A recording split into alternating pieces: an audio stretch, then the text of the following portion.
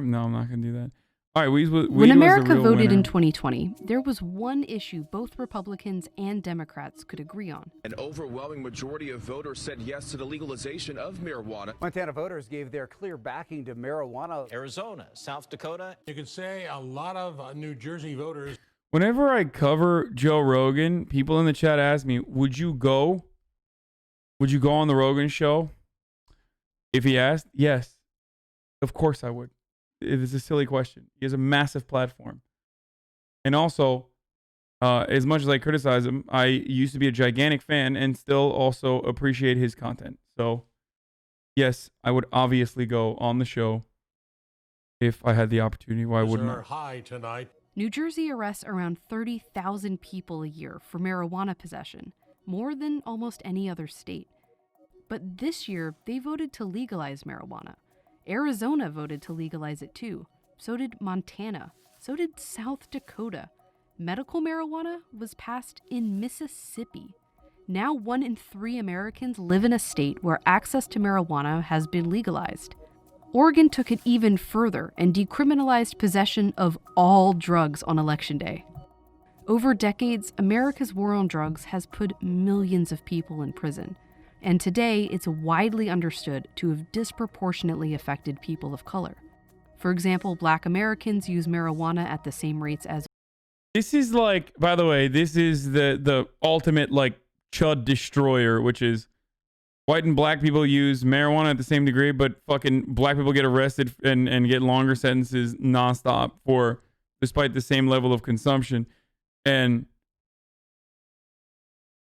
it's the greatest chud destroyer pretty much. As white Americans, but are arrested for it at a much higher rate. This map shows that more and more Americans are starting to turn against the country's harsh drug laws, but ending them entirely will be a lot more complicated.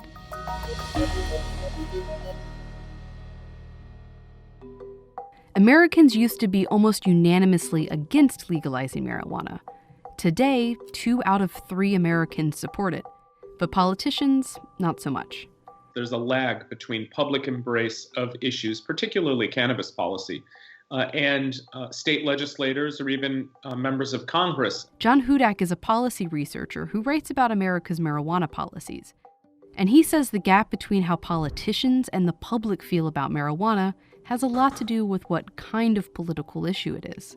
Most Americans don't use cannabis. Most Americans have never been arrested for a cannabis-related offense, etc. And so it ends up not being something that they are going to hold elected officials accountable for.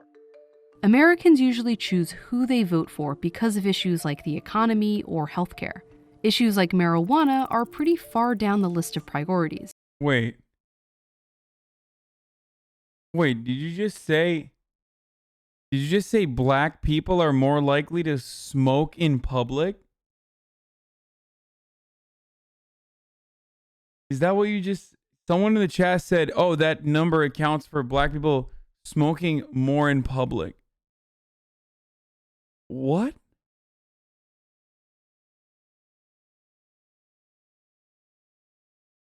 That's...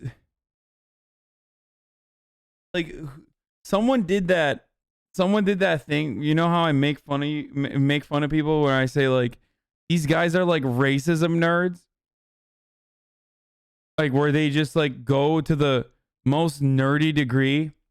Like, they're so racist they came up with like new classifications for like saying, you know, 1/8 black or something. Like what was it called? There's like different terminology in the state of Virginia that were still in play until like recently. Fuck, what's the take? Yeah, Octoroon. Yeah, exactly. Like that's a racism nerd. Like, you are so racist where you were like, oh, I'm gonna be a weeb for this. Like, I'm going to go to a different level where like I'm going to find a different classification for this. This is that. Basically, like it's very clear to me that there is this disparity of outcome regardless of the same level of offense. And I'm going to go and try to like make this data work. so that it's not because I don't think that someone hit me with that response. Oh yeah, okay. Yeah, no, that's silly as fuck. Possession and trafficking are different. Yeah, we're talking about possession here. We're not talking about trafficking. What do you mean? This is from a debate of an irrelevant Andy and Vosh. Very amazing take. I love that.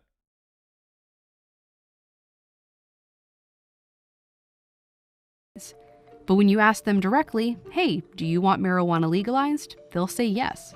And that's why almost all of these states have legalized marijuana in a very similar way. Instead of the state legislature passing a comprehensive, detailed law, it was put directly to the people on election day as a question on the ballot.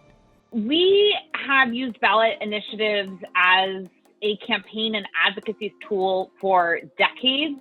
Lindsay LaSalle is a drug policy strategist, and she's worked on a lot of these state ballot initiatives. The legislature is often afraid to act. But one problem with changing laws this way, with a simple ballot initiative, is that the state still has to figure out the details, and that isn't always easy. For example, in New Jersey, no one really knows what's going to happen to all the people who are incarcerated or have arrest records for something that's now legal. The other challenge for these laws is that they create a gap with the federal government. Even though it's legal in several states, at the federal level, marijuana is still classified as one of the most serious drugs, equal to heroin and LSD. And that puts federal drug laws in direct conflict with state laws in all sorts of ways. Legal marijuana businesses have a really hard time getting any federal-backed bank to take their money. And they can't sell their product across state lines, so a farm in California can't sell to a store in Nevada, even though it's legal in both states. And because the federal government considers marijuana a controlled substance, scientists researching the effects of it often face problems with funding and testing. But as more people in more states choose to legalize marijuana, this gap... Is it racist like 13% of people make up 50% of crime? No, it's racist like, one, I've never heard that statistic before, but it literally doesn't matter. I'd be very shocked if it was significant or real. But here's why it doesn't matter: because black people are over policed. Okay, so that's the reason why it happens. That's the real reason why black people are more likely to get caught smoking weed. Okay, how the fuck have you never heard that? I've literally never heard the black people are more likely to smoke in public take from I'm a racist.com study. I've never, I would love to analyze this. Oh no, 1350? No, of course I know 1350. No, that's not what I'm talking about. No, 1350 is common. It's like the most common racist bait.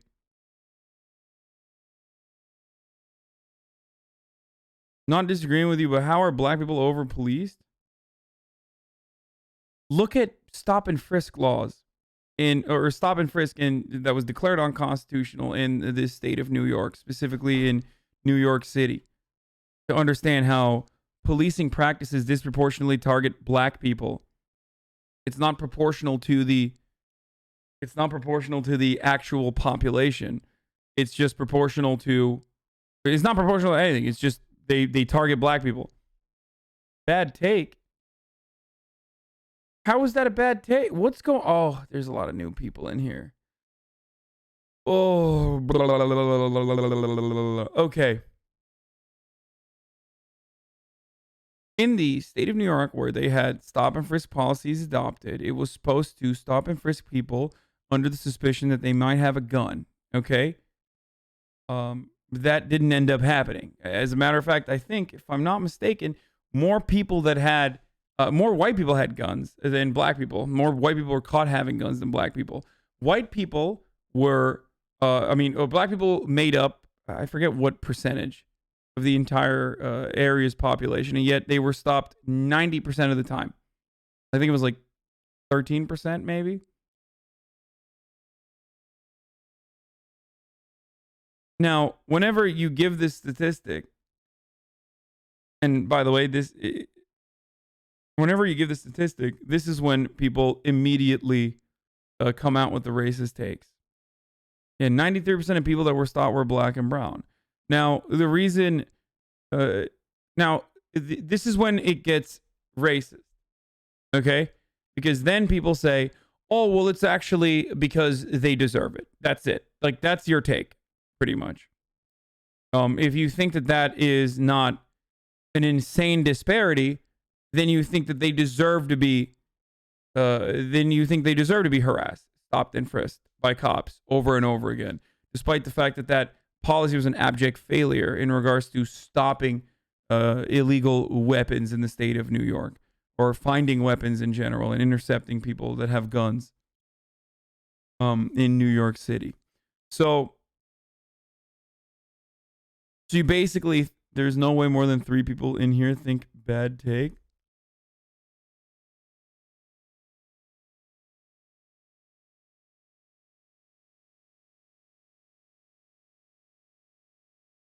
Michael Bloomberg, as a matter of fact, when he ran for president, or a couple of years before he ran for president, literally defended that policy despite it being declared unconstitutional for how horrifically racist it was and how horrifically ineffective it was. Michael Bloomberg still ended up defending that policy and even went so far as to say, if anything, we are not policing black people enough. We should be doing more stops and frisks in black neighborhoods. So, yeah. That's why he's a fucking asshole.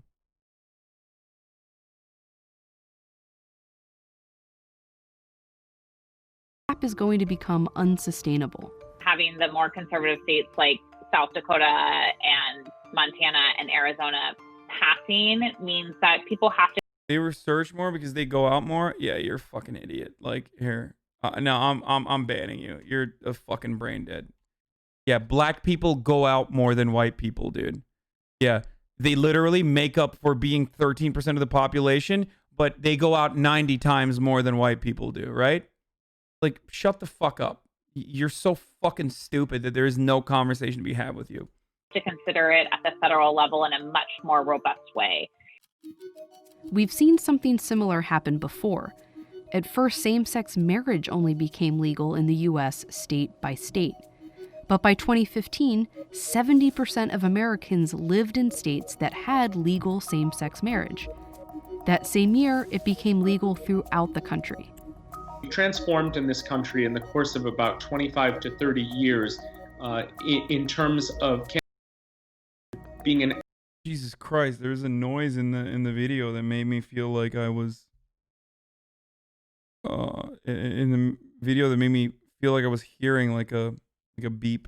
Absolutely toxic infringe issue, which is what it was, to one now where candidates of both parties are embracing it. Americans' attitudes on the war on drugs and the mass incarceration it led to are changing, and more of them are ready for those laws to change.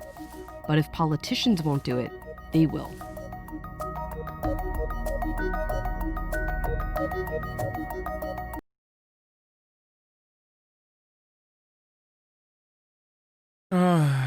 But it's true that black people commit more crimes. Okay, so it's true that white kids are responsible for the overwhelming majority of school shootings. How would you like it if just white boys were arrested on sight or stopped and frisked endlessly? White people are way more likely to be pedophiles. White men are no longer allowed to be around children. Ban all white men. Is that good? You like that?